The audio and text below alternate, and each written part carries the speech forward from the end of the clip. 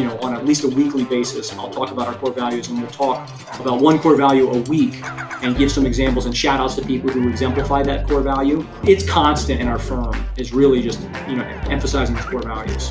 Welcome to Hot Docket, the show where we talk about winning marketing strategies that have built the most successful law firms. Join us every 2 weeks for the latest trends and tactics to grow your law firm.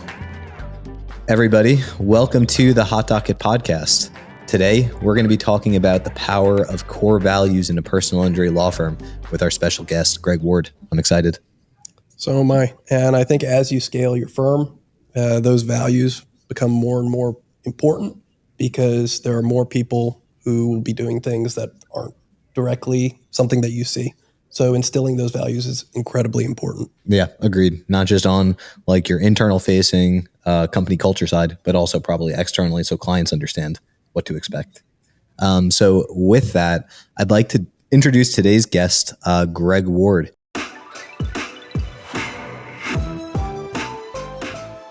Hey, Greg, thanks for joining us. Hey, thanks for having me, guys. I appreciate the time. Yeah, of course. So to kick things off here, I just want to ask you about today's theme. So today's theme, we're based on the power of core values in a personal injury law firm. I know you're like a strong believer in the power of values. Can you walk us through some of your core values and how these values have helped your firm scale? Sure, absolutely. Again, thanks for having me here. Our firm has 7 core values, and I really drill these into our team. Our most important core value is service to our clients, and then the second core value is service to the team. Service to the community is our third. And then we have 4 more: faith, leadership, accountability, and loyalty. And those are kind of in no particular order. But what I say to my team is, the service to the clients is always our most important core value. I really want to keep them focused on that every decision that we make is based on how can we give the best service to our clients. And that's kind of like, that's Ward Law 101 is service to the clients, and everything else kind of flows out of that. And how do you instill that? Like, is it part of the onboarding process? You just have bake it in to your new employees. These are what we do. Do you have any material that you distribute? Kind of what's the onboarding process around these values? Yeah, I use a jackhammer, and I have it. I jackhammer it. No. Okay, so great question. And we should probably talk about how these came up, and I'm sure we'll get to that. But how do we use it in our processes? Well, when we're hiring, we have interview questions that are geared around each of those core values. And so we ask people for, their experiences, and we kind of rate them on their demonstration of the core values throughout their lives. And so if somebody says, service to clients is a core value that they like, or we'll flesh that out a little bit, we'll say, what are some experiences you've had where you've gone above and beyond with service to the clients? One of the ones I love to really jump on is service to the community. At this point in my life, I'm 52, as I mentioned. I'm really more about giving back. So you can give back through service to the clients, but our work and activities with the community, supporting, people who are socioeconomically challenged, people offshore. My wife and I, we have built an orphanage in Nicaragua, a school. We support churches around the world, which the church in many places is the place where the food distribution is and learning, things like that. So we are really passionate about giving back to these communities. And when I say that, we draw some of our staff is from offshore. And so we want to give into those communities as well. And so for me personally, service to the community, I think, is the one that gets me up in the morning. But we really hire around it. We train, and we have videos on it in our onboarding process, and we reinforce it basically every day. Our managers talk about it. And then, on at least a weekly basis, I'll talk about our core values, and we'll talk about one core value a week and give some examples and shout outs to people who exemplify that core value. And I try and change the core value we talk about every week to focus on something unique about that core value as we go forward. So it's constant in our firm is really just, emphasizing these core values. And not that everything has to be about marketing, but like service to community also has a marketing angle, right? Like legal is a local SEO play in many ways. You're trying to capitalize on local intent. So getting backlinks from community websites, being in the community and having folks recognize your name is also probably strong. Yeah, it also makes your branding a lot more authentic. So I think it's pretty core. Yeah. You hit on a great point. I want to talk to that is, if you ask me, Greg, what is the first thing you got to do for your core values is you got to get authentic with yourself, That's a great word, authenticity. And that's a great word about marketing too. Like, it's got to be authentic. No one ever accused me of being authentic because I'm doubling down on everything I say, right? and once you figure out who you are, the big problem with people today is we've almost been taught to be inauthentic, right? You look at the Instagram culture, you look at the highlights of Facebook and everything. Everybody has this shiny persona that they put out there, and there's not a lot of authenticity. And then when you challenge people on the authenticity, they get defensive, right? So we've got to figure out who the heck we are first. And I didn't figure out who I was until I was 40, right? Like I thought I knew who I was, but I had a kind of a spiritual shift at 40, and I realized, hey, wait a minute, this is who I really, really am. And when you get that authenticity in your marketing, like my wife too, like my wife is the same way on TV as she is off TV. I talk like this to my kids, So you're like, and my daughter, like my oldest daughter, will tell you like how we have conversations. It's like, here it is, Elizabeth, and and she's learned to deal with that. But you of course you treat people differently depending on what they can receive. But when you figure out who you are, your core values just bubble right to the surface. I mean, you know what they are, and then it's much easier to use them as a guidepost. So you brought up something interesting about having a global workforce, and it seems like you employ hundreds of professionals. How did you decide that you were going to hire globally? And how do you think that the core values and having all that aligned works out for you? Well, to answer, it works out great. How did we decide to go offshore? Well, the demon of COVID made it possible, right? Because I would not be doing this but for COVID. So I guess there's some silver linings of COVID. When COVID hit, I remember I saw it coming out of China. Dade County was not well prepared for this. I saw the numbers in China and I said, this is going to be absolutely awful. Something's going to happen. They're going to shut us down. Like I knew that was happening weeks before it actually happened. And so we started preparing to go have everyone work from home. And I'm proud to say that we had our last person leave the office the day before Dade County shut down, because you guys aren't in South Florida, but it was like one day it was, yeah, we're going to shut down sometime in the next 24 hours, and then no, it's going to be a week, then it was a day, then it's a week, and then boom, it just happened with very little notice beyond that oscillation. So we were ready for it. And once we had people working from home, and I'm not a work from home fan. If you guys want to come and work with me, it's not going to be from home. Not you, but people in general. It's not going to be from home, because I do believe there's a huge benefit to being in person at least the majority of your time. That said, I just couldn't draw enough talent from Miami-Dade County, where I'm located, to staff my clients' needs. And so I had to do something. And so I look at offshore, the VAs in particular, as an opportunity to get the very best that the world has to offer. And it happens to be at somewhat of a cost savings. And then we use the core values that we're talking about to screen those folks as well. That becomes part of our interview process, is looking at core values to make sure that they really are 100% committed to getting back to clients, right, in their communities. So, but we couldn't do our growth if we didn't have VAs. We just couldn't do it because we grow too fast, and there aren't enough people in Dade County to fill my firm up that fast of this qualified, skilled, group of people that I need. That's super interesting. So on one of our previous episodes, someone was saying that they do a 4-day work week, and that was another incentivization to getting top talent. And it seems like most service industry companies need to compete for top tier talent. And I think opening up the pool to a larger geographic area is a really smart way to do it.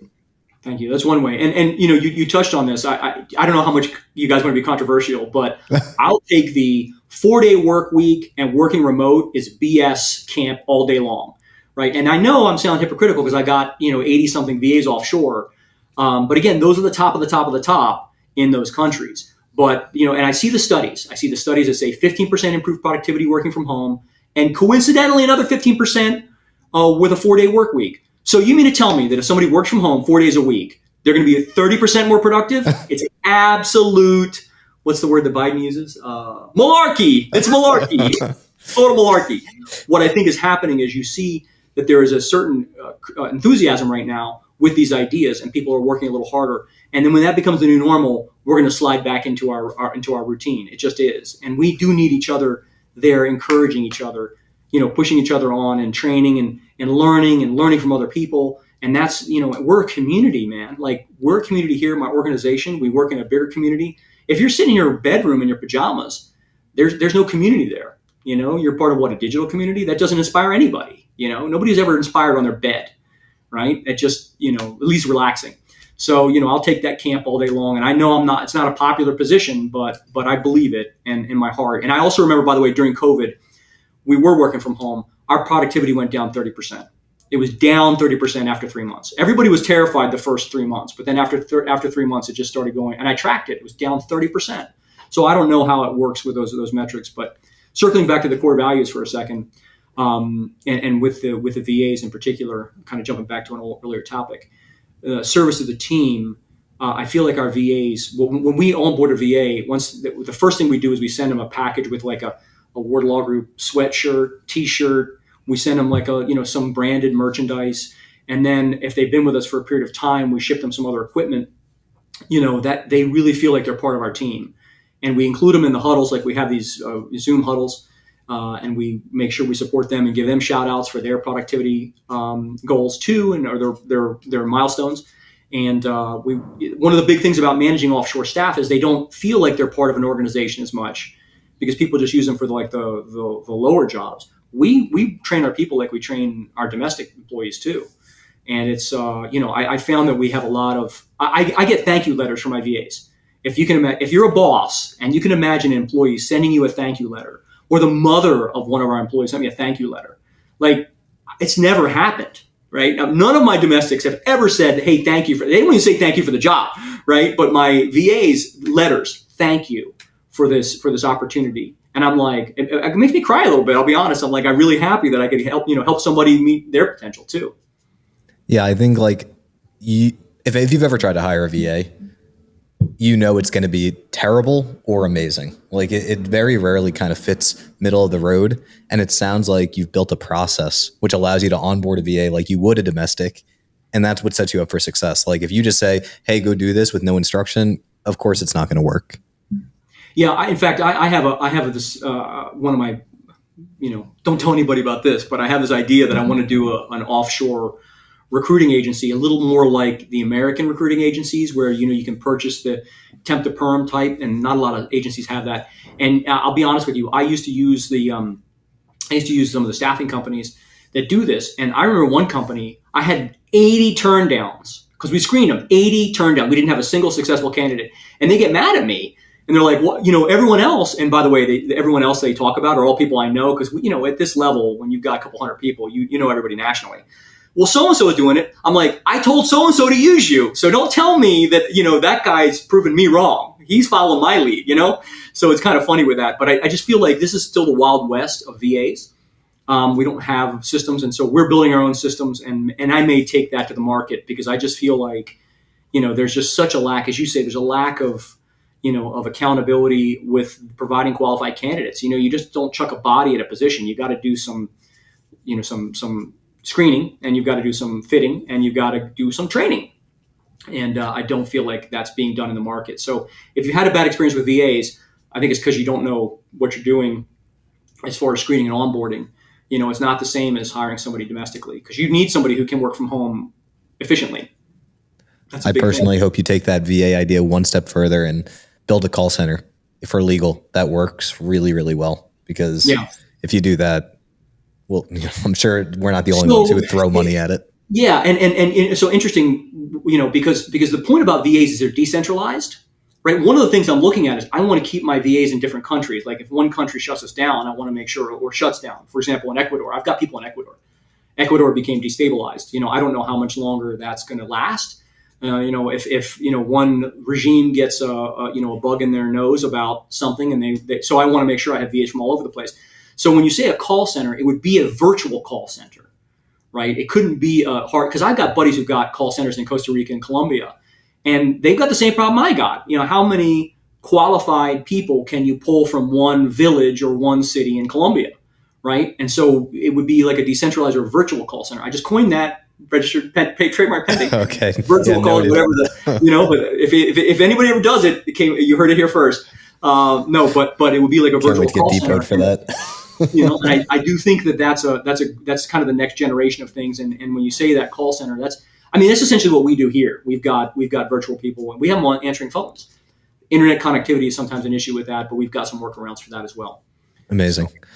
So I want to circle back a little bit on values and something a little bit tangential to that. From the things I've heard you say, both in like appearances and just like our discussions, it sounds like you believe that personal injury lawyers tend to be more empathetic, while other practice types, like big law for sure, tend to be more cerebral. Can you walk us through how being empathetic can lead to better results for your clients, or has led to better results for your clients?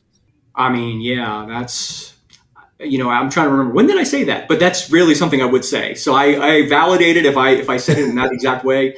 I do believe that. And by the way, because we do test for empathy as one of our hiring criteria, we see how much empathy they have, because I do believe that, cerebral's fine, and cerebral is good. When I need somebody to be a nitpicker, to take apart a project and see where all the problems are, I get somebody who's very black and white, right? But let's talk about the empathy for a second. I mean, I can tell you that my empathy, I'm a very highly empathetic person. It helps me really understand the nature of my client's suffering, right? And so, it's a plus, because I won't take less than what the client deserves, assuming the client agrees, obviously. And I try and emphasize that to my attorneys. Let me give you an example from law school. Like, I have a couple of my paralegals are now in law school, and they're doing a demand letter project. And these paralegals are, I'm telling you, top shelf, best paralegals I've ever had. They're really, really, really great paralegals. And they send a demand letter. They draft a demand letter for their project, and the professor comes back and says, you need to be reasonable in your demand. And so they brought it back to me, and I'm like, let me tell you, those paralegals have been on some of the biggest cases you could ever imagine. And when you say what you think is reasonable, Mr. Professor, is patently unreasonable when you consider the full scope of damages, because I'm empathic and I understand what the full scope of harm in my client's life is, right? So it's not an academic exercise, it's real. So when you say like the empathy, I try and find people who are empathic to the client. Now, you've got to not let that empathy interfere with your judgment. If you've got a client who, you can't make the case, then, it is what it is.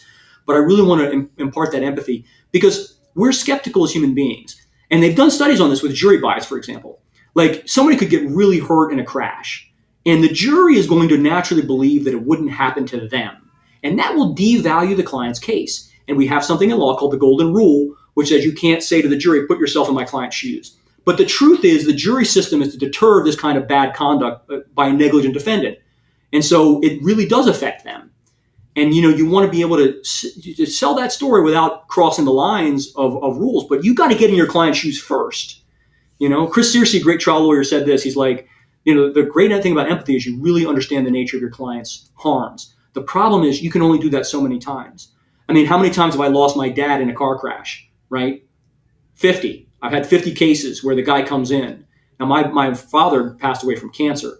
So when I relate to my clients, I say, listen, I remember what I went through with my father when I lost him. And I can help be a better counselor, a better advocate for them.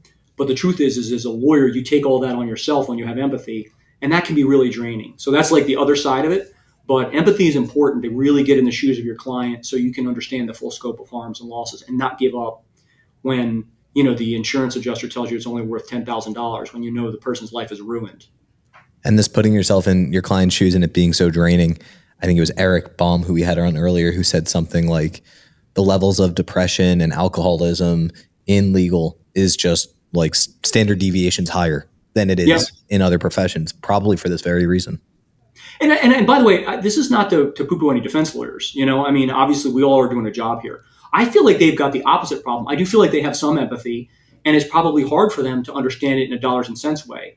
I mean, at least I have to imagine that, like, we're not robots, we are human beings. And so they probably have to struggle with, the valid, really strongly valid cases that they're devaluing versus us, where we're trying to give everything we have for those clients. And it's just exhausting all around. It's not easy. And so you've got to be, really fit mentally, physically, spiritually to deal with this work and not resort to alcohol, or drugs or sex or porn or whatever it is, all the vices that we use. If you're dealing with those things, if you're struggling with those things, it's because you've got an unmanaged stress issue in your life and you haven't really got yourself integrated with dealing with, what your practice is. Yeah. So I want to shift gears for a quick second. And because you're a firm that's been successful in several markets and you've been able to scale up, I want you to just go over kind of your strategy, how you started as a firm, how you were able to scale. You could go into some different channels that worked for you, some that didn't, and kind of give us your thought process on marketing for personal injury cases in general. Sure, great. I'd love to do that. So, we didn't have our official core values written down until like year 5, I want to say.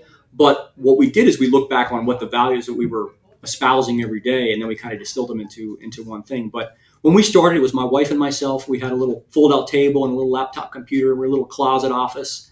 I mean, I was basically bankrupt back then too. So we started where we really couldn't afford to make any mistakes. And I do look at business as a spiritual experience for me, and kind of a spiritual, mental, physical transformation that you go through, it's your hero's journey, if you will. So we started off, and I settled a big insurance coverage case. I say big for me at the time. The fee was $100,000. That was a lot of money for me back then. And my wife said she wanted to do personal injury, and I was a white shoe lawyer. I worked at Steele Hector, big law firm, 20 years ago, and I was kind of laughing at the personal injury side. And I said, okay, you go do your little PI practice. I'm going to keep doing my, complicated commercial practice. And my wife's first case, she got a $50,000 tender with a letter. And I was like, are you kidding me? Like, crap, this is amazing. The client was super happy. She was super happy, And I said, well, let's try this out. And so we started very, very small. And when I say being authentic, I'm a born-again Christian. My wife is a born-again Christian. I've been a born-again Christian for 12 years. My wife has been for longer than that. And we said, listen, we're going to start where we're at. We're going to go to the churches. We're going to get people to know us and really just be as honest, as in practice as we could possibly be. We were always honest with the clients about the strengths of their cases.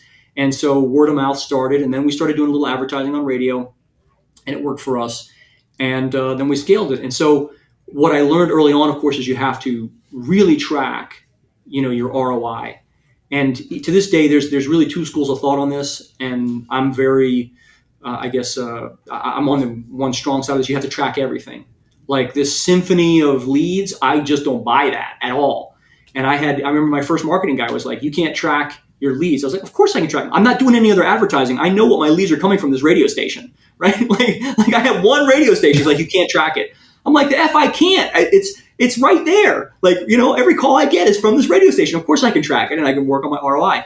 It got trickier with 2 and then 10 and then other radio stations and TV. What I can tell you that I'm not that good at is I think we're not as good at digital as we need to be. That's a very tricky area. And you can spend a lot of money and get no results. So you got to always be monitoring that if you're going to get in the digital realm. I do feel like it's the future, but I don't know how to do it yet as well as I need to. And billboards just don't work for us. I'm in the South Florida, the billboard capital of the world. Every billboard is a PI lawyer, and it just like we've done billboards and noticed no discernible uptick. Like we try and hold everything consistent for a month, or a couple months, and then we'll do billboards, and it just nothing goes up. And billboards are expensive. So I just if it's name recognition, I guess, but it's like I want to get into the ads that have an immediate return. And by immediate return, it usually does take a few months for an ad to start working, but you can see some trends and things. And so maybe I haven't done billboards long enough. I don't know. I've got Rubenstein and Steiger, and I'm trying to think of that. Those are the 2 big billboard companies down here. Maybe Gordon and Partners. They're up in Palm Beach. Morgan, John Morgan's got an ad right at the exit of my. What about Newland? Newland's not down here. He's up in Orlando. Maybe he stops at West Palm Beach. I haven't seen his ads down here or his billboards down here. But all those billboards, and let me tell you, they're great. Now, but here's another little wrinkle to this. Rubenstein, FL Legal, right? I'm advertising for my competitors now. 1-800 FL Legal, right? Morgan, bigger is better, right? Steiger was the first, I think. I don't know if it was Steiger or Newland who did it first, but I love my lawyer, and then there's just a settlement amount, right? I did a focus group one time on Steiger's billboards. And all of the focus group people were like, it's horrible, it's terrible. And then I asked them, would you hire them? And they all said yes. So it's like, we all poo-poo the billboards, but they at least put in someone's mind that if you want a big number, that's the law firm you call. Now, for me, I don't necessarily want that because I want serious cases. But if somebody has a scratch in the bumper and they think they're going to get $1 million, I do not want them to call me. I'm never going to make them happy. I'm going to do a lot of work. and they're going to end up giving me a bad review. So, you know what I'm saying? So like just the numbers alone, it's hard to, and when you just see the billboards with the numbers, I feel like that's what the clients think is they're going to get a lot of money. I want my clients to understand that there's a lot that goes into a case. And so I don't know, maybe I'm too intellectual. Maybe I still have the old white shoe law firm in me that billboards are wrong. But for me, billboards just haven't worked. And we're testing different stuff now to see what does work. I think you brought up a really important point on the distinction between branded ads and direct response. So you seem pretty firmly in the direct response camp where you want to run your ads, see the calls come in, see the value of the cases, calculate your cost per case, and kind of call it a day. So it's money in, money out. It's kind of like a safer way. Then there are the advertisers that are in the other camp where it's branded and the timelines that they look at for the ROI are going to be longer. Right. And the math needed to make it work is a lot more complicated. And billboards falls pretty squarely in that camp where they do media mix modeling to see by adding a percentage of billboards into their marketing mix, will they see lift overall? Because you're going to get very little direct response from it. Well, I say that, but then there are other firms that are somehow able to make it work. If you look at someone like Shannara in Alabama, it's got like every billboard in the state. And, there's more than one way to skin a cat. But I think that you know who you are. You know that you want direct response. And you're doing a strategy that's worked really well for you. Yeah, right. And that's what I want to emphasize to your audience, because you're going to have different people of different sizes. Greg Ward is not the master of all things, right? I don't know. I have a very unique thing because we're a higher percentage Spanish. My wife is a beautiful woman who is extremely articulate in Spanish on TV, and we have kids that we raise speaking Spanish, right? So, and my kids will go on TV, and so, it's hard to compete with that because we've already seen our direct responses, women in my wife's demographic age range, or older women who are telling your younger families to call us. But that's who we resonate with. To get to your point, though, talking about the direct response, I want my clients to feel like they are entering a conversation with me with our advertising. And so when I say that, like, our clients feel like they already know us when they walk in the front door if they ever have a car accident. And you can't do that with the billboard, And so you do radio, you do TV, you do some internet, some OTT maybe, some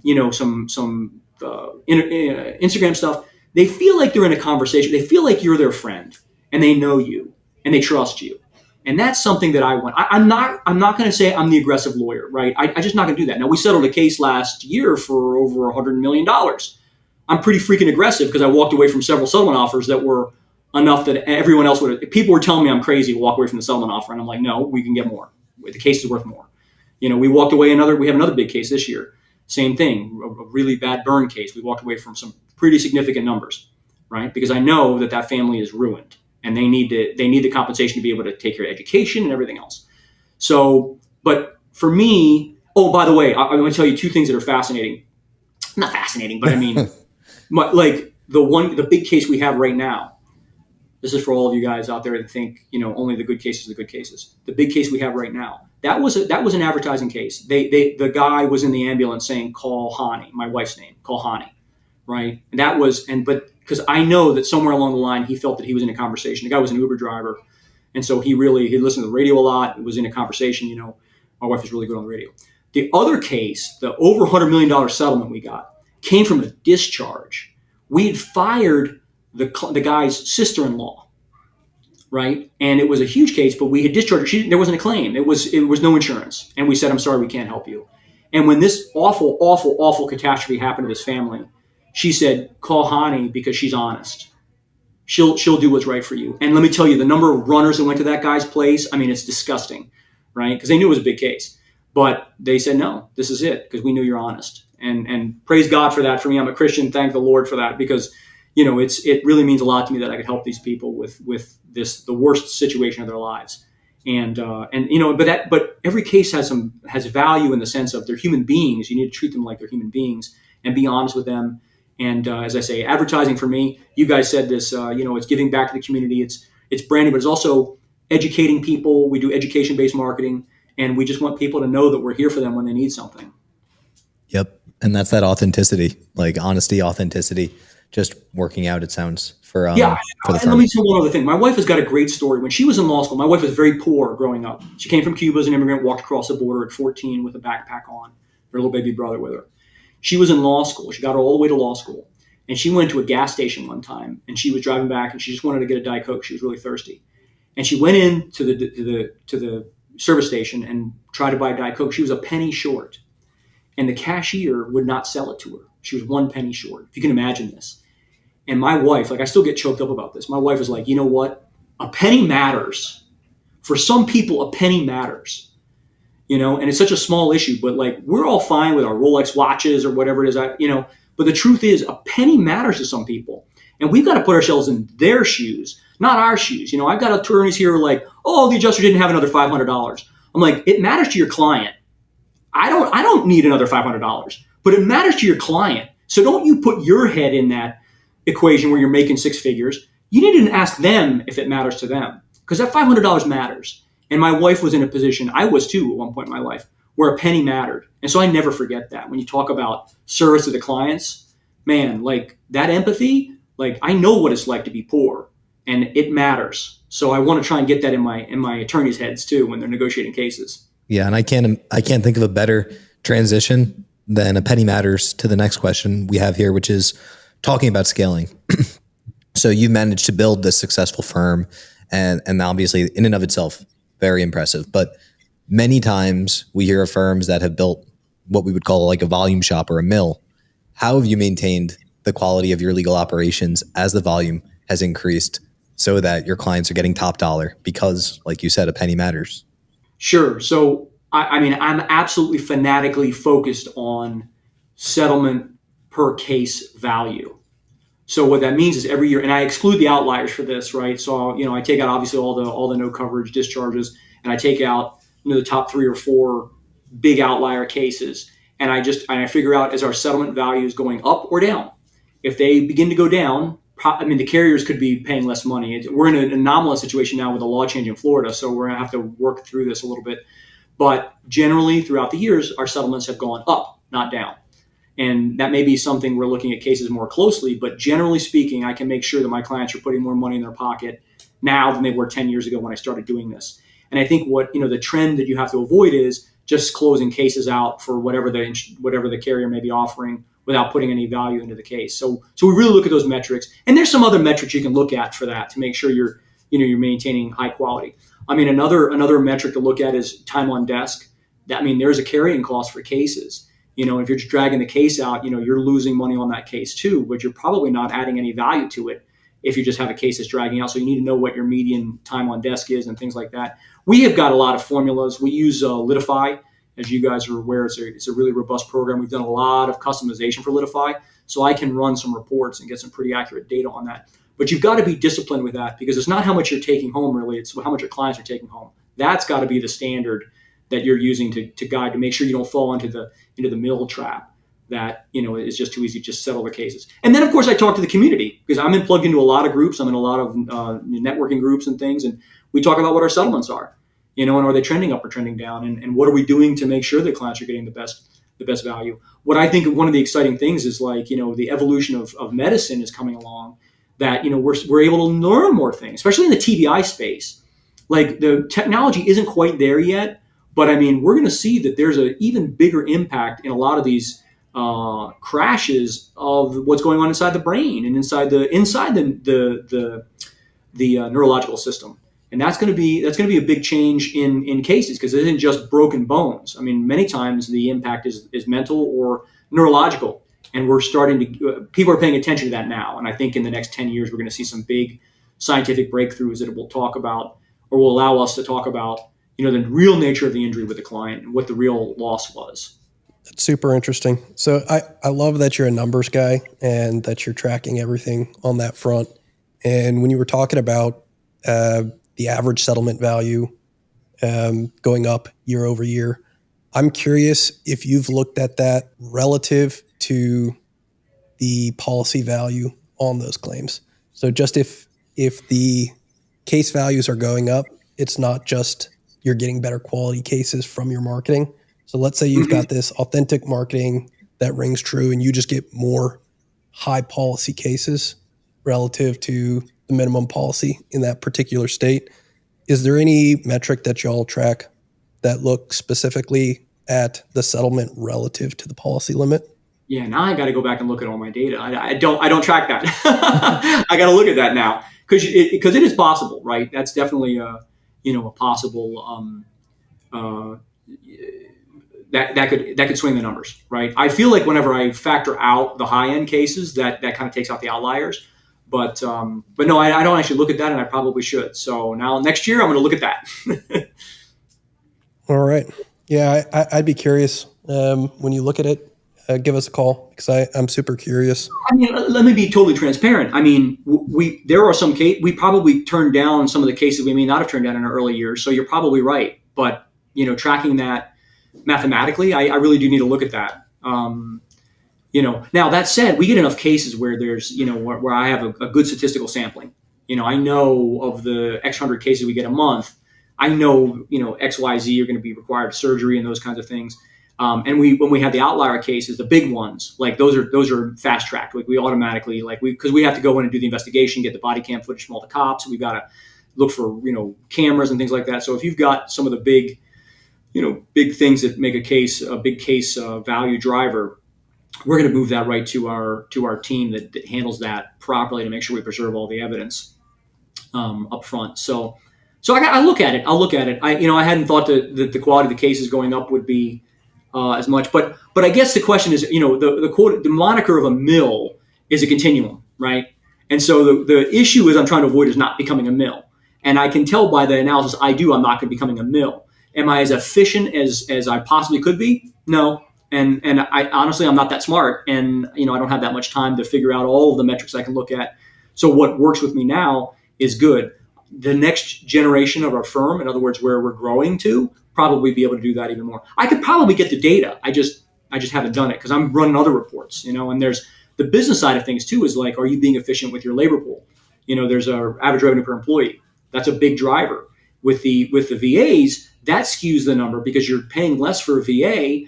They're improving productivity. One of the answers in my firm has become, let's hire a VA for that. Well, wait. Because a VA still counts as headcount, and I'm dividing my revenue over this. Even though they're not employees, they're contractors, it's still, I use that to see if we're being more or less efficient. So I'm really looking at efficiency right now in my firm. This year, I'm really trying to tighten it up and make it more efficient.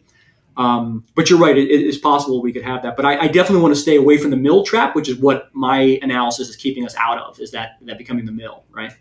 Definitely. It seems like you spend a lot of time making sure that clients get the best value they can for their case. And I think that if you think about it in terms of all the firms out there, most firms haven't even onboarded with like an intake or case management system.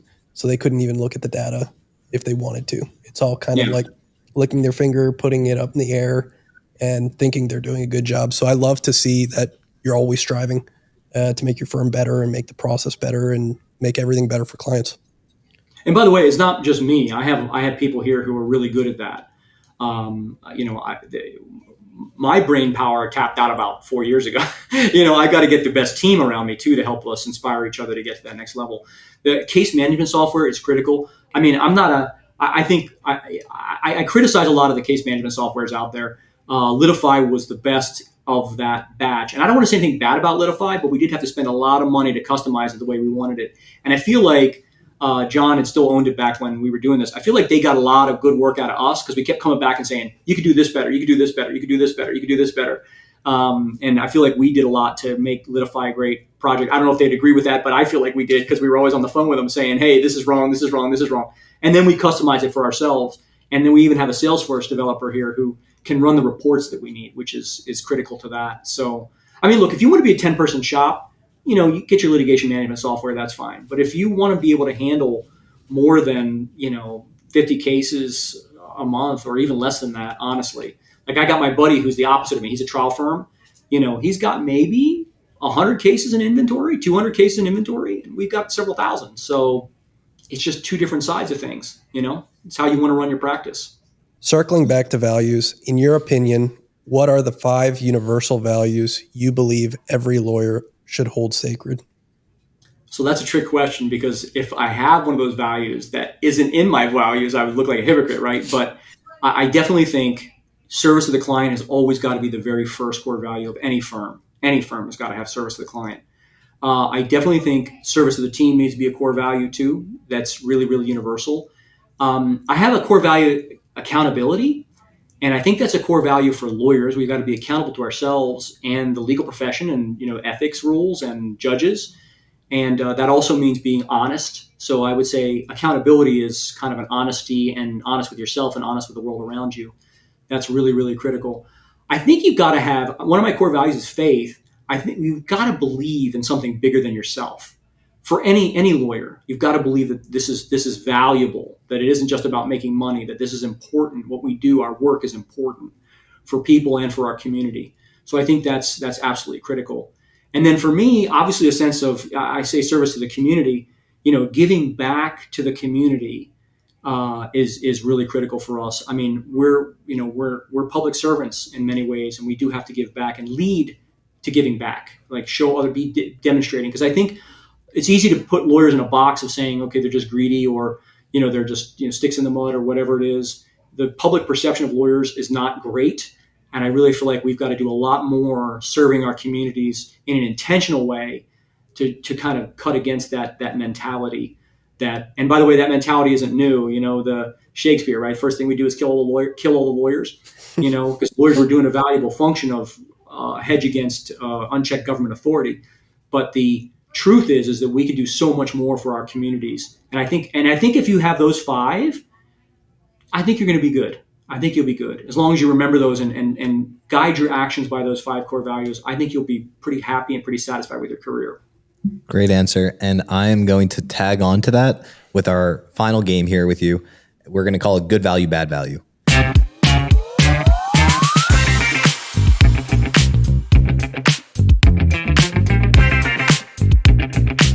In sticking with the theme today, let's play a game where I'm going to give you five values, and I want you to tell me if you think it's a good value or a bad value for a firm to hold. All right, let's do it. All right. Number one, win at all costs. There's nothing more important than beating the other side. Bad value. Okay, easy one. Family comes first, no matter what. That's tricky, but I would say that's a good value, but that's, as stated, that's a tricky one. Very lawyerly response. Yeah. Number three, always file the lawsuit and go to trial. It's the only way to get top dollar result for the client. No, that's a bad value. Cases change. Trial may not be the right answer for your client. It's the right answer more times than we do, but it's not the right answer all the time. Prioritize cases with bigger potential fees. These will net the firm more income and allow us to grow faster. Obviously, that's a bad value, as stated. And the last one here, be transparent with clients about all things related to their case. That's a good value, obviously. Clearly a good value. You want to be transparent. Authentic, right? And honest. Awesome. All right. Well, on that note, transparency, honesty. Thanks for joining us today, Greg. A great conversation. Thank you, guys. I appreciate it.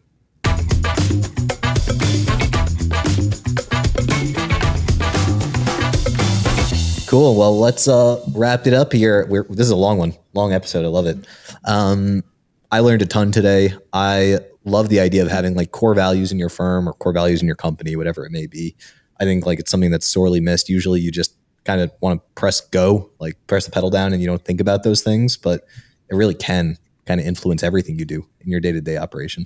Yep. Most people start their firm and just start running without having a plan in place first, and making those values is important even for your marketing and important for your brand as a whole. Like how are you going to run TV, radio, billboards, do any of these things when you don't know your values as a firm? It puts you in a really tough spot. So I think getting that sorted early will do any lawyer like a lot of good if they're able to sort that out earlier in their career. Yep. And just like a tag on the idea of VAs and bringing cheaper labor into the workflow when it makes sense. I think of that in a lot of industries. I don't think of it in legal so much, but I think it makes a lot of sense. It's something that probably more firms should look into. Cool. And with that, I think it's time to close out the episode. It's already crazy long. So we'll see everybody on the next episode. Thanks again, Greg, for joining us today. And we'll put all his info in the show notes. See you on the next one.